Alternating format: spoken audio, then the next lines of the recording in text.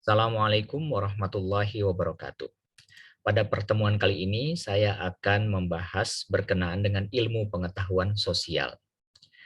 Kita bersyukur ya, karena kita adalah warga negara Indonesia. Kita tahu bahwa Indonesia itu memiliki kekayaan alam yang luar biasa. Karena apa? Karena Allah telah memberikan kepada kita begitu banyak kenikmatan. Nah, Indonesia itu memiliki letak wilayah yang sangat strategis. Jadi sangat strategis. Dan wilayah Indonesia itu luas gitu. Nah, letak strategis Indonesia ini kita bisa lihat dari letak posisi ada tiga hal. Letak secara astronomis, ya, letak secara ekonomis, dan letak secara geografisnya. Berkenaan dengan astronomis, itu letaknya Indonesia itu adalah di Khatulistiwa, berarti kawasan suatu negara yang sering mendapatkan atau lebih banyak frekuensinya mendapatkan sinar matahari. Kemudian secara ekonomis, Indonesia merupakan posisi yang strategis, ya, di mana posisinya ada di antara beberapa negara, kemudian ada di antara benua. Ya, Indonesia itu kan posisinya di antara benua Asia, kemudian benua Australia di bawahnya. Begitu juga secara geografis. Nah, di dalam modul ini kita berupaya untuk memahami keterkaitannya atau hubungan antara ruang yang dimiliki oleh negara Indonesia, ya, sehingga kita mampu bahwa Indonesia itu adalah negara yang memiliki posisi yang sangat strategis. Nah, yang pertama, saya akan menjelaskan kepada Anda berkenaan dengan keterkaitan antar ruang, ya. Jadi kita hidup ini di dalam ruang ya, seperti Anda hidup di dalam kamar Anda di dalam ruang, kemudian pergi ke kantor di dalam ruang. Anda yang posisinya berada di Brunei Darussalam ya berarti ruang sekitar Brunei Darussalam. Jadi kalau misalkan ditanya apa itu ruang? Ruang itu adalah permukaan yang menjadi tempat makhluk hidup ya. Bagi siswa saya yang ada di Hong Kong, ruangnya ya sekitar situ, sekitar Causeway Bay, ya, sekitar Wan Chai, ya. Berarti tempat di mana Anda hidup, ya, atau permukaan yang menjadi tempat Anda hidup. Kemudian tempat makhluk hidup itu bisa di dalam permukaan, ya, bisa juga di atas permukaan. Ya, kalau di Indonesia di dalam permukaannya itu apa? Berarti ada kandungan, misalkan batu bara di dalamnya, kemudian ada air, kemudian ada kandungan emas, kemudian di luarnya yaitu Anda bisa menanam tumbuhan di luar ruangan tersebut. Jadi, ruang itu meliputi daratan yang ada di darat, kemudian meliputi lautan, kemudian meliputi udara ya, sebagai satu kesatuan wilayah. Jadi Indonesia itu kawasan yang terdiri dari 3 poin. Ada daratannya, kemudian ada lautannya, kemudian ada udaranya. Ini terkait sekali lagi dengan ruang. Nah, jadi kalau kita lihat gambarannya seperti apa ya? Seperti ini ya. Ada lautannya, kemudian ada daratannya ya, kemudian ada udara. Itu yang disebut dengan ruang. Nah, sarana dan prasarana tersebut merupakan perpaduan antara unsur lingkungan alam dan lingkungan buatan. Nah, di dalam daratan, di dalam eh, lautan ataupun di udara itu ada sarana dan prasarana. Misalkan ada jalan, ya, jalan itu sarana untuk berpindah dari satu tempat ke tempat lain. Itu sarana transportasi. Nah, kemudian ada apa lagi? Misalkan ada perkantoran, kemudian ada rumah sakit ya di dalam ruang tersebut. Ya, berarti itu masuk juga dalam kategori ruang. Ya, jadi ruang itu hubungan antara dua, ada unsur lingkungan dan ada lingkungan buatan. Kalau lingkungan alam ya seperti kondisi tanah, kemudian danau, ya. Yang buatan seperti apa? Seperti fasilitas jalan, kemudian fasilitas jembatan. Nah, itu masuk ke dalam keterkaitannya dengan ruang. Ya, baik, kita lanjut. Nah, saya akan memberikan contoh lain, misalkan, di sini contohnya adalah tanah yang longsor ya. Nah, di sini ada ruang nih, ini kelihatan. Di situ ada ruang lingkungan buatan, misalkan di sini ada perumahan masyarakat di bawahnya, ya kan? Ada ruang lingkungan buatan. Kemudian ada juga ruang yang sifatnya alam, ya di sini hutan, kemudian yang ditanami pohon dan lain sebagainya. Apabila situasi di mana kita tidak memelihara keseimbangan antara lingkungan buatan dengan lingkungan alam, maka terjadilah seperti ini, tanah longsor ya. Nah, itu. Nah, kemudian ruang juga ternyata bukan hanya sekedar itu, ya. Ruang itu juga berkenaan dengan kehidupan ekonomi masyarakat, ya. Misalkan Anda datang ke kampung Anda, di kampung Anda di situ ada hasil bumi, ya. Apa saja hasil buminya? Seperti sayuran, kemudian buah-buahan segar, kemudian buah-buahan segar itu dibawa kemana? Dibawa ke kota. Lewat apa? Lewat fasilitas jalan. Untuk apa? Untuk dijual. Sehingga petani-petani di desa tersebut memperoleh uang, ya, memperoleh manfaat ekonomi untuk membeli apa yang mereka butuhkan dengan cara menjual hasil buminya ke kota. Nah, sementara itu orang kota butuh sayur mayur ya, butuh ikan. Nah, orang kota juga butuh itu.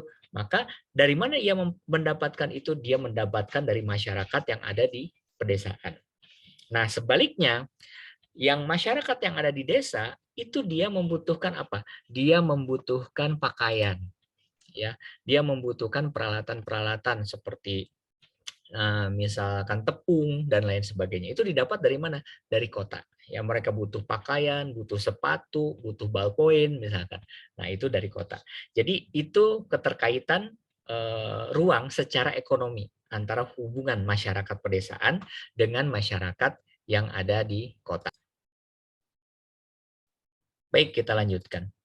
Kalau sekiranya Anda suatu saat ditanya, nah ini juga sering keluar di ujian nasional ya, Indonesia posisinya ada di mana sih?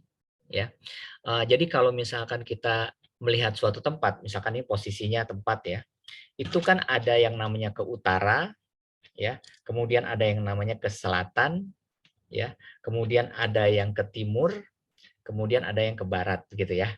Nah, posisinya seperti itu. Nah, ini adalah bumi kita, ya, posisinya utara, selatan, timur, dan barat.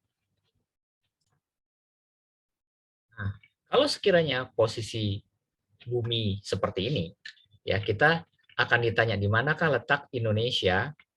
Nah, ini adalah posisi Indonesia, ya. Jadi kalau arah tadi saya menjelaskan tentang arah angin. Ini kalau misalkan ke atas berarti ke utara, kemudian ke bawah ini ke selatan, ya. Kemudian ke sini ini berarti ke timur. Berarti ini Indonesia bagian timur nih, ya. Kemudian kalau ke sini ini Indonesia bagian barat. Ya, ini barat, kemudian timur, kemudian utara, kemudian selatan. Nah, kalau misalkan Anda nanti ketemu ujian ya seperti itu, maka letak astronomis Indonesia berdasarkan garis lintang dan garis bujur. Nah, jadi ada yang namanya garis lintang dan garis bujur. Apa itu garis lintang? Garis lintang adalah garis hayal yang melintang, melingkari bumi. Ya, jadi garis lintang itu adalah garis hayal yang melingkari bumi. Garis lintang itu ada dua, ada lintang utara dan lintang selatan. Ya, jadi kalau misalkan ini bumi, garis lintang itu garis yang mana? Ya, berarti garisnya seperti ini. Garis, kemudian garis, garis. Nah, lintang utara itu berarti ke arah atas nih, ke bagian atas bumi. Ini lintang utara. Kemudian lintang selatan itu berarti ke bagian bawahnya. Berarti kalau lintang utara itu ada di atas, ya, sementara ya gitu ya mengitari bumi. Kemudian lintang selatan ini ada di bawah, ya. Jadi dia mengitari bumi ada di bawah. Ini lintang selatan. Kemudian yang kedua, ada yang namanya garis bujur, ya. Kalau garis bujur ini yang vertikal begini. Nah, ini vertikal. Nah, itu ada yang namanya bujur timur. Ya, jadi kalau misalkan kita lihat eh, posisi Indonesia seperti ini, mana ya posisi Indonesianya? Nah, ini kan posisi Indonesia nih. Nah, seperti ini. Nah, kemudian kalau misalkan kita lihat ada yang disebut dengan bujur timur, ya. Berarti kan garisnya seperti ini. Ini timur, ya. Kemudian kalau bujur barat ini, ya. Oke, jadi kita sudah belajar ya. Ada lintang, lintang itu berarti kan garisnya melintang seperti ini, ya, memisah. Kemudian lintang itu ada dua, ada lintang utara, ada lintang selatan gitu ya, yang mendekat ke selatan. Kemudian ada bujur.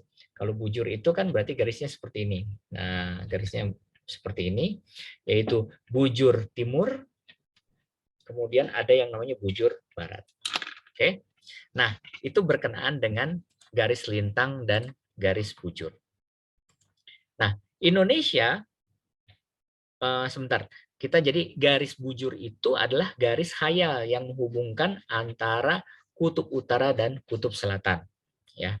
Nah, secara astronomis Indonesia itu terletak, nah ini penting nih, Anda hafalkan, di 95 derajat bujur timur sampai 141 derajat lintang utara. Ya. Kemudian dan 11 derajat lintang selatan. Ya. Nah, jadi dengan letak astronomis tersebut Indonesia termasuk daerah yang berada dalam wilayah iklim tropis ya. Jadi iklim tropis itu biasanya kawasan yang berada di garis khatulistiwa. Ya, jadi garis khatulistiwa ini itu memisahkan bumi menjadi dua bagian ya, utara dan selatan. Nah, ada di tengah. Nah, biasanya kawasan yang berada di tengah ini yang memiliki iklim tropis. Kemudian iklim tropis dibatasi oleh, nah ini Anda hafalkan, 23,5 derajat lintang utara dan 23,5 derajat lintang selatan. Ya, ini. Nah, jadi letak astronomis Indonesia itu sebenarnya adalah relatif aman. Ya, kenapa Indonesia itu cenderung relatif aman? Kenapa? Berarti Indonesia itu aman dari bencana alam seperti angin siklon atau badai. Ya, kalau misalkan Anda ke Hong Kong, itu sering terjadi yang namanya angin, ya typhoon, disebutnya typhoon. Hong Kong, Filipina itu kan lebih ke atas, di situ ada angin typhoon. Kalau di Indonesia cenderung lebih aman. Ya, kenapa? Karena angin siklon itu biasanya berada pada daerah antara lintang 10 derajat ya sampai 20 derajat lintang utara, lintang selatan. Ya, karena itu kita wajib bersyukur ya kepada Allah karena negara tempat kita tinggal itu tidak terkena pengaruh angin siklon yang dapat menimbulkan kerugian harta benda maupun jiwa. Tapi ada bencana alam yang lain seperti misalkan tsunami, kemudian gempa bumi, kemudian gunung api. Nah, kemudian di Indonesia perlu Anda ketahui bahwa sinar matahari selalu ada sepanjang tahun dan suhu udara itu tidak ekstrim atau tidak jauh berbeda antar satu musim dengan musim lainnya. Ya, di negara yang lebih ke utara atau terlalu ke selatan ke bawah, nah itu ada 4 musim. Ya, pada saat di musim panas suhunya bisa mencapai 34 derajat misalkan. Tapi pada saat di musim dingin bisa sampai 0 bahkan ada yang sampai minus. Ya, sangat dingin. Jadi perbedaan antara suhu tinggi dan suhu rendahnya itu sangat ekstrim ya. Nah, sehingga di Indonesia ini kita cukup nyaman untuk melakukan berbagai macam kegiatan di berbagai musim. Ya, jadi kalau seperti misalkan di Amerika, di kawasan Colorado, itu pada saat musim dingin, itu penduduk tidak bisa banyak melakukan kegiatan karena di luar suhu sangat dingin, membeku gitu ya. Tapi kalau di Indonesia, kita bisa sepanjang bulan itu melakukan kegiatan. Ya. Kemudian lama siang dan malam juga hampir sama. Ya, kalau di Indonesia itu 12 jam siang dan 12 jam malam. Tetapi di kawasan yang lebih utara ada juga yang siangnya lebih panjang, ada juga yang malamnya lebih panjang gitu ya. Misalkan di Amerika Serikat ya, pada musim panas ya, siang jauh lebih lama dibandingkan dengan malam. Nah, sebaliknya pada musim dingin siangnya itu lebih pendek dibandingkan dengan malam. Nah, kalau di Indonesia itu apa ya? Di Indonesia itu cenderung sama.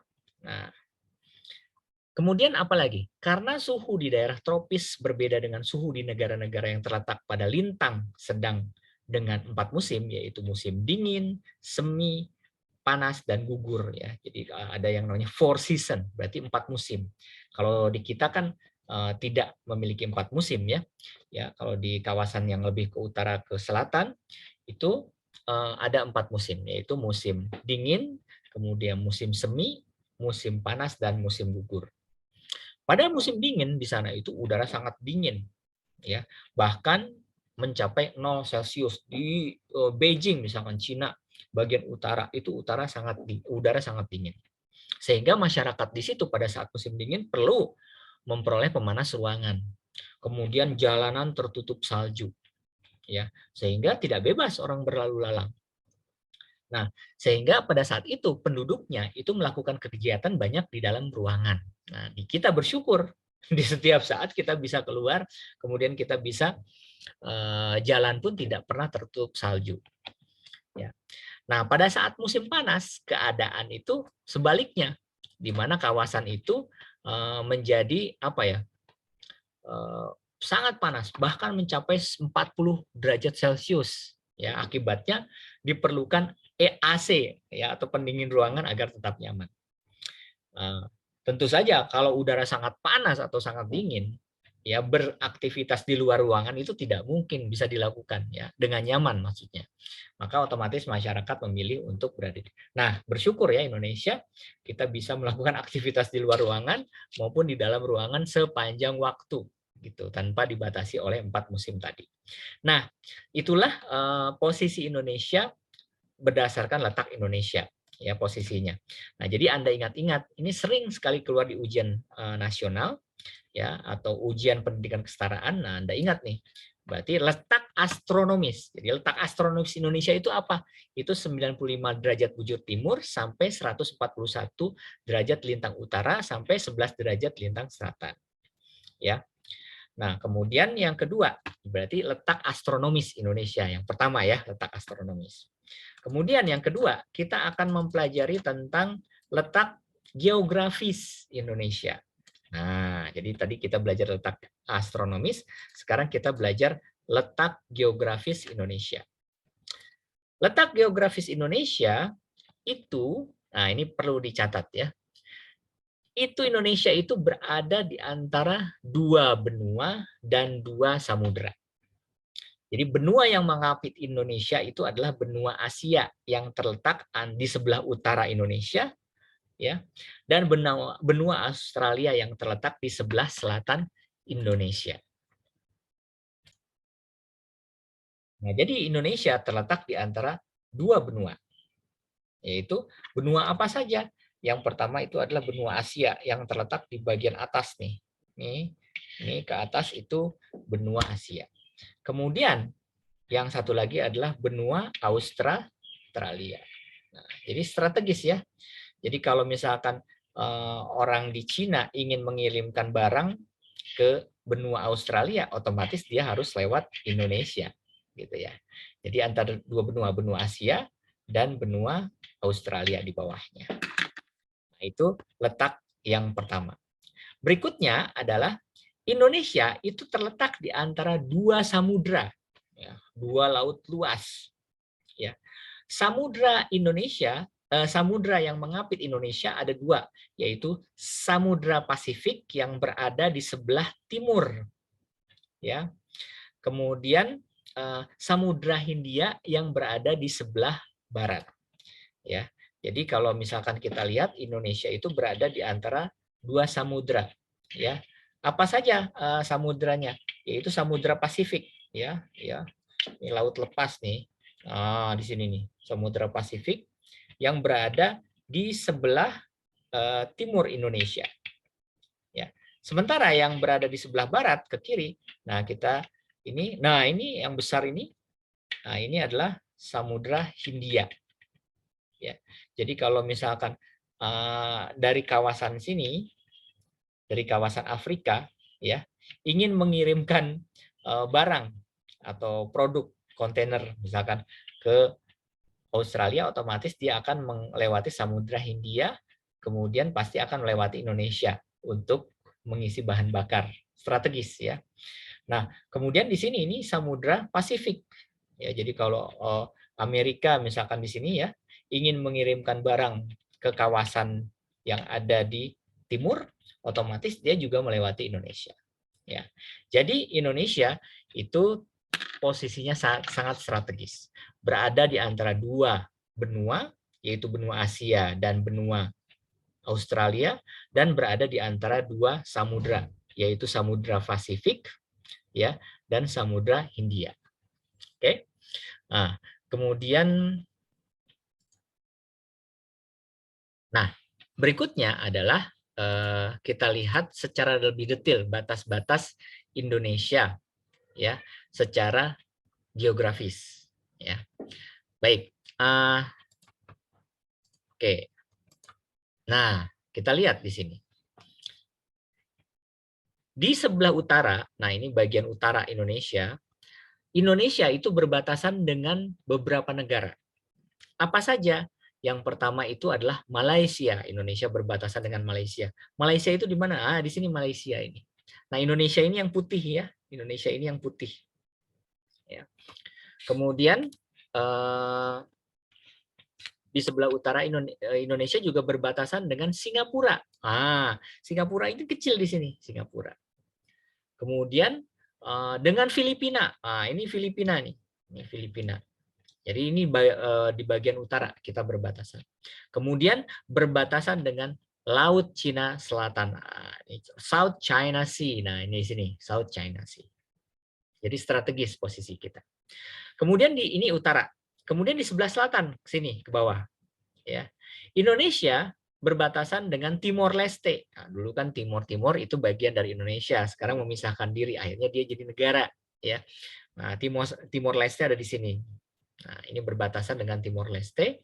Kemudian Australia ya, dengan Australia dan Indian Ocean dengan Samudra Hindia ya. Nah, kemudian ini bagian selatan. Lalu di sebelah barat. Nah, sebelah barat itu berarti ke kiri ya, ke kiri. Indonesia berbatasan dengan Samudra Hindia. Nah, di sini adalah Samudra Hindia Indonesia. Sementara di sebelah timur Indonesia berbatasan dengan Samudra Pasifik yang tadi saya jelaskan dan satu negara yang namanya negara Papua Nugini atau Papua New Guinea. Nah, di sini Papua Nugini. Oke. Nah, itu letak Indonesia secara geografis. Ya. Nah, jadi memang sangat strategis posisi Indonesia di sini. Nah, oleh sebab itu Indonesia itu biasanya dilewati oleh jalur perdagangan. Ya, jalur perdagangan. Jadi pada saat Asia ingin mengirimkan ke Australia dan Selandia Baru, otomatis dia harus lewat Indonesia tuh. Biasanya kalau misalkan menggunakan kapal kontainer, biasanya berlabuh atau bersandar untuk mengisi bahan bakar pasti melewati kawasan Indonesia. Itu sangat strategis. Ya. Jadi letak geografis memberi pengaruh bagi Indonesia baik secara sosial, ekonomi maupun budaya. Karena menjadi jalur lalu lintas pelayaran ya dan perdagangan dunia. Nah, bangsa Indonesia telah lama tuh menjalin interaksi sosial dengan bangsa lain. Nah, interaksi sosial itu melalui apa? Melalui perdagangan. Ya, kadang-kadang kita mendapatkan barang dari Australia atau mungkin dari yang utara dari Korea, misalkan dari Jepang. Nah, itu interaksi kita dengan negara-negara tersebut, ya enggak? Nah, otomatis ada pengaruh lain, misalkan masuknya berbagai agama ke Indonesia seperti Hindu, Islam, Buddha, dan Kristen. Nah, itu contoh interaksi sosial. Nah, ini sering nih keluar di ujian tentang komoditas atau kekayaan alam yang ada di Indonesia. Indonesia itu kaya akan apa aja sih? Indonesia kaya akan kayu cendana, apalagi pala, lada, cengkih, dan banyak hasil perkebunan lainnya. Ya. Nah, sementara negara-negara lain seperti India dan Cina itu kadang-kadang menjual berbagai produk ya seperti kain tenunan dan halus porselen dan lain-lain ke Indonesia ya kan. Orang kita sering memberi kain dari Cina. Nah, letak Indonesia juga memberi dampak yang merugikan tentunya. Kenapa? Karena posisi kita ada di tengah-tengah, ya kadang-kadang negara kita menjadi tempat keluar masuknya budaya, ya sehingga muncullah pergaulan bebas, ya ada juga pengaruh dari Barat, misalkan ke sopan santunannya menjadi kurang, misalkan ya itu misalkan. Nah, jadi karena posisinya ada di tengah, apa saja bisa masuk ke negara kita. Ya, termasuk apa? Termasuk barang-barang terlarang, termasuk narkoba dan barang-barang selundupan lainnya. Kenapa? Karena posisinya ada di tempat yang strategis. Jadi itu dampak negatif dan dampak positif dari posisi Indonesia. Ya, mengenal ya posisi Indonesia tersebut, baik letak secara astronomis, ya, letak secara geografis maupun letak secara ekonomis. Ya, nah kalau misalkan letak secara astronomis itu apa saja yang tadi yang saya jelaskan tentang lintang utara, lintang selatan, bujur timur dan bujur barat.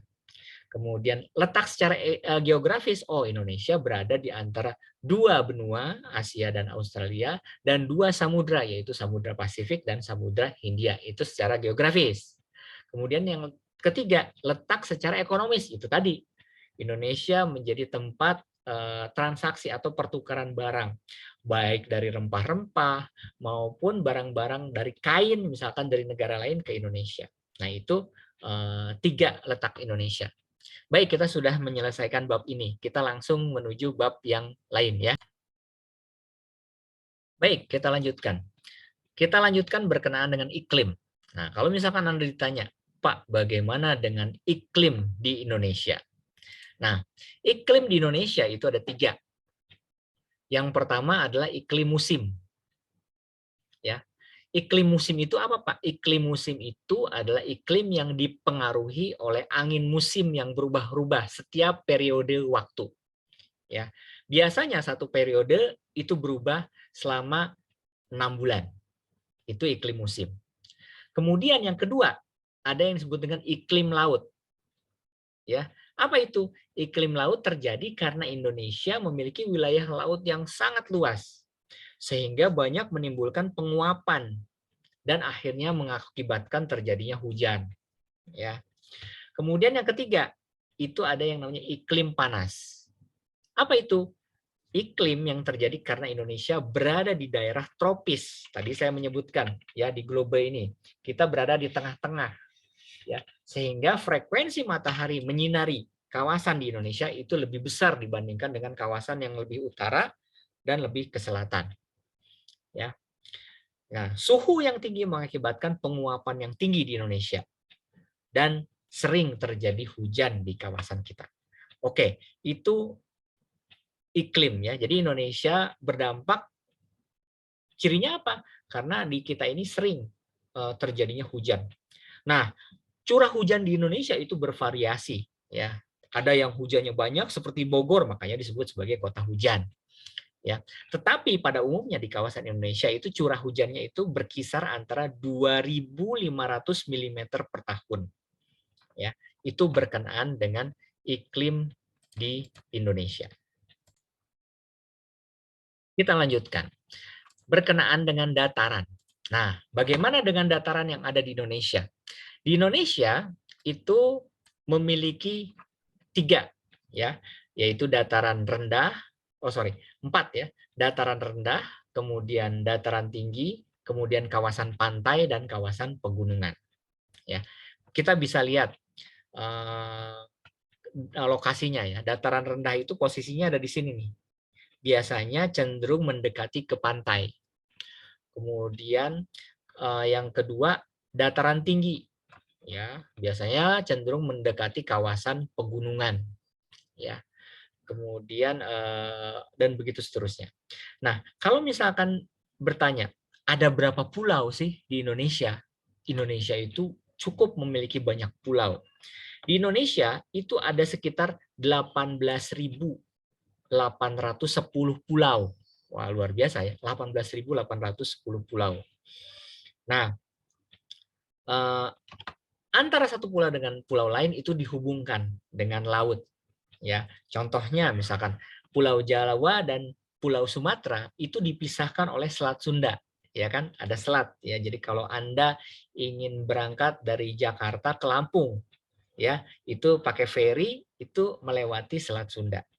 Kemudian Pulau Kalimantan dan Pulau Sulawesi itu dipisahkan oleh Selat Makassar, dan Pulau Sumatera dan Pulau Kalimantan itu dipisahkan oleh selat namanya Selat Karimata. Ya, jadi kalau ada soal nanti, apakah itu Selat Karimata? Selat yang memisahkan antara Pulau Sumatera dengan Pulau Kalimantan. Nah, kita mulai dari dataran rendah dulu. Nah, dataran rendah ini ada gambarnya ya seperti ini, sehingga Anda bisa menarik ya, menarik perhatian Anda gitu.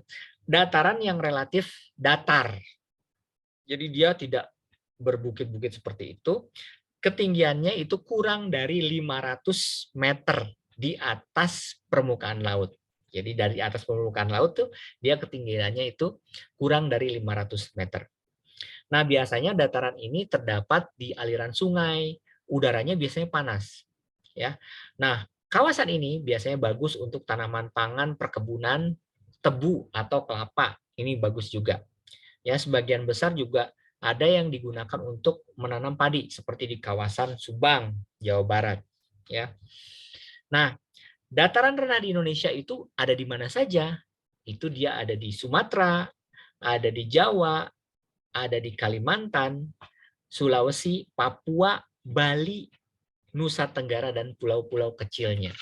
Ya, jadi itu kawasan berkenaan dengan dataran rendah.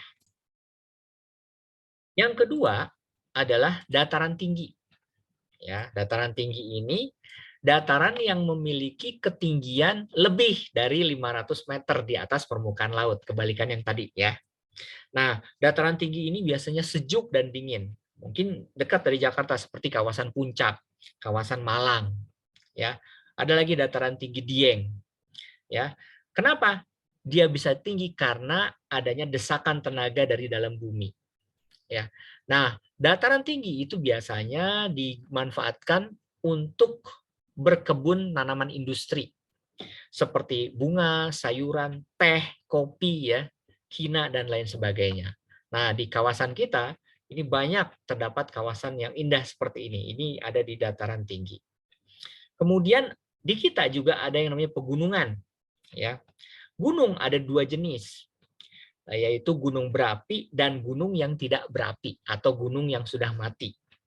Ya. Gunung berapi itu berbentuk lapisan material yang keluar dari perut bumi. Nah, ini contoh gambar gunung berapi. Ya. Biasanya kawasan di Indonesia yang ada gunung berapinya itu merupakan kawasan yang sangat indah dan subur. Ya, karena abu vulkanik itu ternyata mampu meningkatkan kesuburan. Jadi kalau Anda bertanam, bercocok tanam di kawasan itu sangat baik. Ya. Makanya kawasan rekreasi yang ada di Indonesia itu biasanya kawasan yang berada dekat dengan gunung berapi. Intinya, kalau gunung itu meletus memang sangat mengerikan. Tetapi tanahnya dan pasirnya itu bagus untuk bahan bangunan dan bagus juga apabila kita menanam sesuatu di situ seperti sayur mayur, kentang, ya. Nah, kemudian gunung berapi itu juga biarpun mengerikan tetapi berfungsi untuk mengatur iklim dan dia bisa menyimpan air. Nah, ini berkenaan dengan gunung berapi. Nah, hal ini sering keluar di ujian nih, ya, nama-nama gunung berapi. Nah, tolong Anda hafalkan ya. Mulai dari Aceh itu ada Gunung Leuser. Kemudian di Sumatera Barat Gunung Kerinci. Nah, ini daftarnya ya. Di Jawa Barat ada nggak yang terkenal itu adalah Gunung Krakatau, ya. Di Jawa Tengah yang terkenal Gunung Merapi, ya. Kalau Jawa Timur Gunung Semeru. Kemudian apalagi di Nusa Tenggara Barat ada Gunung Tambora namanya. Kemudian di Bali, Gunung Agung, ya. Kemudian di Papua itu juga ada gunung, namanya Gunung Kwoka, ya. Nah, jadi ini Anda hafalkan nih nama-nama gunung tersebut. Jadi penggunungan itu biasanya bentuknya itu bergunung-gunung, ya, bergunung-gunung besar, luas, memanjang dan tinggi, ya. Ini kawasan pegunungan. Nah, Anda pasti suka kalau ke sini. Kenapa? Karena biasanya daerahnya itu sejuk. Nah, terakhir itu, oh ya, di sini ada nama pegunungan di Indonesia ya. Nah, di sini ada pegunungan ya. Jadi kumpulan ya beberapa gunung, yaitu Bukit Barisan ya di Sumatera. Itu kalau misalkan kawasan Bukit Barisan itu ya memang berbaris-baris gitu. Kemudian di Kalimantan itu ada yang namanya Squaner Meratus ya. Kemudian di Sulawesi itu namanya Matarombea. Kemudian di Jawa itu adanya Manoreh, Tengger, dan di Papua itu ada yang namanya Pegunungan Jayawijaya, Kumafa. Ya. Nah, terakhir itu pantai. Nah, bagi Anda yang suka ke pantai, ya, itu biasanya bentuknya landai dan terjal. Ya. Kenapa pantai itu terjadi? Karena pengaruh gerakan air laut seperti gelombang, pasang, dan arus. Ya. Nah, kebanyakan di pantai banyak dimanfaatkan untuk apa? Untuk perikanan. Ya, misalkan tambak, udang, bandeng, dan lain sebagainya. Nah, kalau Anda ke Bali, wah itu menjadi kawasan rekreasi di mana orang bisa berolahraga di situ, menikmati keindahan pantai, snorkeling, ya, menyelam dan lain sebagainya. Nah, di Indonesia kawasan pantai di mana saja? Itu yang indah itu Parangkritis di Yogyakarta. Kalau di Bali yang terkenal itu ada yang namanya Pantai Kuta Bali. Ya. Nah, biasanya di pantai itu juga tempat menambat perahu-perahu nelayan untuk mencari ikan. Ya, contohnya misalkan di Pacitan, Jawa Timur. Nah, ini adalah contoh pantai ya. Tentunya sangat menyenangkan ya apabila kita jalan-jalan di pantai. Nah, baik, itu berkenaan dengan pantai. Berikutnya adalah kawasan sungai. Nah, sungai banyak manfaatnya. Kenapa? Yang pertama adalah irigasi untuk mengairi sawah. Jadi sawah-sawah pertanian itu airnya dari sungai. Sebagian juga masyarakat memanfaatkan sungai sebagai tempat untuk memelihara ikan. Ya, biasanya mereka menaruh keramba di situ atau sebagai alat transportasi untuk berpindah dari satu tempat ke tempat lain. Jadi tidak mesti lewat jalan, bisa juga lewat sungai. Nah, sungai yang dibendung, dibentuk waduk, itu bisa menjadi pembangkit tenaga listrik yang namanya PLTA, pembangkit listrik tenaga air. Nah, sungai-sungai di Indonesia ini nih, ya sering nih keluar di mana saja ada sungai yang terkenal ya. Kalau di Sumatera apa ya, yang sungai yang terkenal Sungai Musi itu ada di mana? Di Sumatera Selatan. Ya, kalau di Jawa itu Citarum, ya ada di Jawa Barat. Ada lagi yang terkenal, yaitu yang di Jawa Tengah, yaitu Bengawan Solo. Ya, kemudian apa lagi? Nih, Mahakam dan Kapuas, itu sungai besar ya, ada di Kalimantan Barat dan Kalimantan Timur. Ada lagi di Papua yang terkenal, yaitu yang namanya Sungai Membramo di Papua. Oke, nah itulah nama-nama sungai. Ya, ini sering kadang-kadang keluar di ujian ya, karena mudah gitu ya. Anda hafalkan saja itu terkait dengan nama. Baik, berikutnya kita belajar tentang danau. Ada juga danau. Ya, danau itu adalah daratan yang cekung, yang terisi oleh air.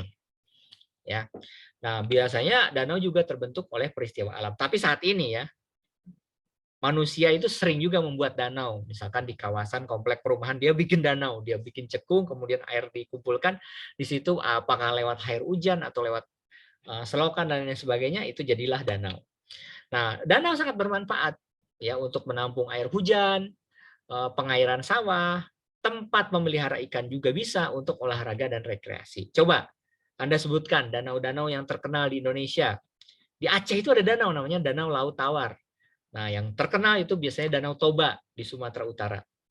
Kemudian di Jambi itu ada namanya Danau Kerinci. Di Lampung ada Danau Ranau. Ini saya tidak sebutkan semua. Ya. Kemudian di Kalimantan juga ternyata ada danau. Kemudian di Bali, nah yang terkenal itu adalah Danau Batur. Nah yang terkenal ada di Nusa Tenggara Barat, yaitu Danau Segara Anak. Ya.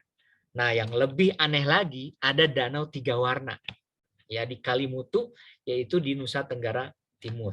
Ya, makanya Indonesia itu kaya sebagai tempat wisata. Nggak mesti keluar negeri. Di kita ada danau, sungai, ya, ada pegunungan, ya. Nah, di Papua itu ada danau Panisi dan danau Amora. Jadi danau itu bentuknya ya seperti itu, ya seperti ini nih. Nah, ada yang alami seperti Danau Toba, ada juga yang buatan, ya, yang dibuat oleh manusia seperti biasa. Kemudian di Indonesia ada yang namanya selat, ya. Selat itu adalah perairan yang memisahkan dua pulau, ya. Biasanya kedalamannya itu antara 200 sampai 1000 meter. Nah, di Indonesia itu ada selat. Nah, ini contoh selat gitu ya. Di antara dua pulau di sini dipisahkan oleh selat. Ya, yang terkenal itu Selat Sunda, memisahkan antara Pulau Jawa dan Sumatera. Kemudian ada Selat Kalimata, tadi saya sudah sebutkan, ada Selat Makassar, ada Selat Bali. Nah, ternyata Indonesia itu juga kaya akan flora dan fauna, ya, kaya akan beberapa jenis tumbuhan dan tanaman. Mungkin kalau Anda jalan-jalan di Hong Kong ya tumbuhannya gitu-gitu aja ya, tapi kalau Anda jalan-jalan di hutan Indonesia itu luar biasa. Ya. Di kita ada yang namanya, ini ada beberapa jenis ya, seperti misalkan ada yang namanya hutan sabana atau stepa, ya, yaitu berupa padang rumput. Ya, biasanya di situ kuda, ya, dan lain sebagainya. Orang kebanyakan hewan seperti kuda dan lain. Kemudian ada juga yang namanya hutan lumut, ya. Hutan ini ditumbuh di daerah gunung pegunungan yang memiliki ketinggian antara 1.500 sampai 3.000 meter. Ya. Kemudian apalagi? Nah, Indonesia itu adalah kawasan yang memiliki hutan hujan tropis. Ya, menurut para ahli, ya, kalau Anda ke hutan Indonesia itu banyak sekali terdapat jenis pohonan. Di kita itu ada sekitar 4.500 jenis pohon, ya. 1.500 jenis tumbuhan paku yang kecil-kecil itu, dan 5.000 jenis anggrek. Totalnya adalah 375.000 jenis yang ada di dunia. Kemudian keadaan tanah dan iklim Indonesia menyebabkan tanah Indonesia itu subur. Sehingga 14% wilayah Indonesia ditumbuhi oleh tanaman yang sangat lebat kalau tidak dirusak oleh manusia. Ya, oleh sebab itu pada saat kita mengeksplorasi lahan, tolong lahannya dikembalikan, ya, ditanami lagi. Ya. Nah, di Indonesia hutan itu ada yang namanya hutan hujan tropis. Ya, ini hutannya seperti ini. Kalau tidak dirusak, ya, nah, ini menjadi penyeimbang ekosistem di dunia. Ya, kita harus menjaga. Nah, hutan hujan tropis itu terdiri dari hutan hujan tanah kering, itu ketinggiannya antara 1.000 sampai 3.000 meter dari permukaan laut. Ya. Nah, jadi di kita ada hutan hujan tropis. Di samping hutan hujan tropis, di kita juga kita memiliki yang namanya hutan sabana atau stepa, ya, di kawasan Nusa Tenggara sana. Kemudian ada juga hutan lumut. Nah, fauna di Indonesia itu luar biasa, banyak jenisnya, ya. Nah, kita lihat yang unik-unik itu. Nah, ini seperti rusa, ya. Kemudian badak bercula satu. Nah, kemudian ada yang namanya fauna asiatis, ya. Nah, di sini seperti di kawasan kita juga banyak gajah, kemudian jenis monyet, kemudian apalagi di sini kuskus, ya. Dan yang terkenal dari Papua itu burung cendrawasih, itu burung yang sangat indah. Nah, tugas kita adalah menjaga kelestarian alam ini, ya. Nah, kalau misalkan Anda di Hong Kong suka melihat naga, Indonesia punya naga beneran. Ya, jadi kalau di Hong Kong itu biasanya ada Chinese New Year, naganya naga bohongan, gitu kan. Nah, Indonesia punya naga, ya, the Indonesian Dragon yang namanya Komodo. Nah, ini bentuknya seperti ini. Ya. Kemudian ada juga burung yang unik di Indonesia itu seperti burung maleo. Nah, itulah keanekaragaman fauna yang ada di Indonesia. Ya. Nah, jadi di sini fungsi kita harus menjaga pelestarian flora dan fauna. Ya. Kenapa? Karena flora dan fauna itu kebanyakan sekarang itu orang itu ditangkap kemudian dimakan. Ya. Jadi lama-lama habis hewan itu. Ya. Kemudian Kalau misalkan hewan itu habis, kita ingin meneliti apa? Tidak ada. Gitu. Kemudian yang berikutnya itu adalah untuk sarana rekreasi. Kalau di Indonesia Anda bisa datang ke mana itu? Ke Taman Safari. Masuknya satu orang itu 400.000 ya, untuk melihat fauna seperti itu. Nah, makanya kelestarian alam itu perlu kita jaga. Baik, hari ini kita cukup belajar tentang IPS. Nah, selanjutnya saya yang barusan siswa SD silahkan untuk menyudahi. Ya, selanjutnya saya akan masuk ke siswa yang lebih tinggi yaitu SMP SMA ya. Baik, demikian. Saya close dulu ya, saya break dulu 5 menit.